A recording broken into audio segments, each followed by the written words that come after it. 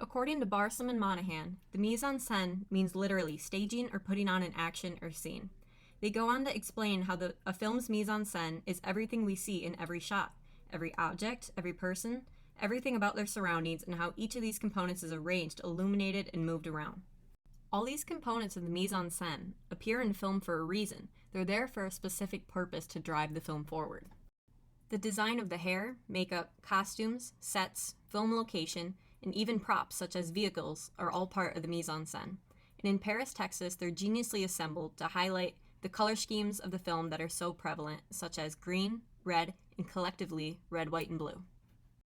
The visual effects in Paris, Texas are still part of the mise en scène, and they play a strong role in setting the tone for the audience. As careful attention is made toward the execution of the color scheme, it allows specific moods to be portrayed. Throughout the film, the color green often demonstrates desolation or isolation and is reflective of Travis's own thoughts. The color green, however, is also the color depicted during the embrace between Jane and her son Hunter, while Travis watches from the parking lot below the hotel. While he's standing in the parking lot, however, there is an eerie green glow over him from the streetlights, and this is a different shade of green than we've seen throughout the movie before. This could represent Travis moving on. The direct opposite of green on the color wheel is red. And red in this film serves a very different purpose than green.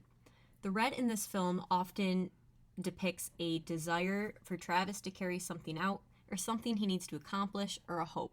We see this when he and Hunter are in the car following Jane's red car, as she is the goal here. That is also why we see Jane often depicted in red, because she represents the task for Travis. Next, we have the color scheme of red, white, and blue. The first time we see this is with Travis wandering around the desert. He's wearing a red baseball cap, the sky is blue, and there's a light backdrop. And we see this color scheme for quite a while here. Another time we see this color scheme take precedent is anytime we're looking at Walt's home. We see this with the shoes lined up on the wall. We see this with the costume choices. We see this with the props and scenery and everything else that makes up the film's mise en scène. The purpose of red, white, and blue in the film are to depict the desert as one location and the city as another. And although both locations are extremely different from one another, they both represent the United States in their own way. Therefore, by incorporating red, white, and blue into both locations, a common ground is created between the city and the desert. This particular choice of color palette established throughout the film reminded me strongly of Martin Scorsese's 1976 film, Taxi Driver. In this story, we follow a lonely protagonist, who's also named Travis, as he navigates the streets of New York as a cab driver.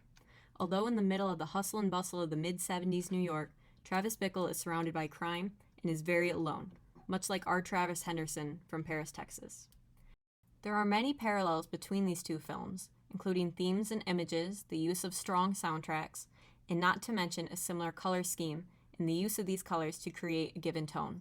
Scorsese himself applauds Wender's work and is quoted in the Wall Street Journal, saying that, "For both of us, cinema and music are inseparable, so we've always had a special kinship, I think. From the start of his career, Wim's films, both fictional and non-fictional, have been not just inspired by, but immersed in music." Although it's not explicitly part of the mise en scène, it should be observed how the soundtrack carries through Paris, Texas, and connects scenes much like the purpose of the color palette. The use of point of view is another factor that makes Paris, Texas unique. We can see this from the shots in the rear view mirror to all the different perspectives that are shown throughout the film. In an interview, Wim Wenders recalls his time working with cinematographer Robbie Mueller and is quoted saying, "Most of my films are exclusively designed from somebody's point of view, so to break the pattern every now and then is a sort of mental jump. It creates a strange distance all of a sudden, and it turns the point of view from the character back to the audience." The film is only as good as the execution of its mise en scène, and Wim Wenders hit the nail on the head with Paris, Texas.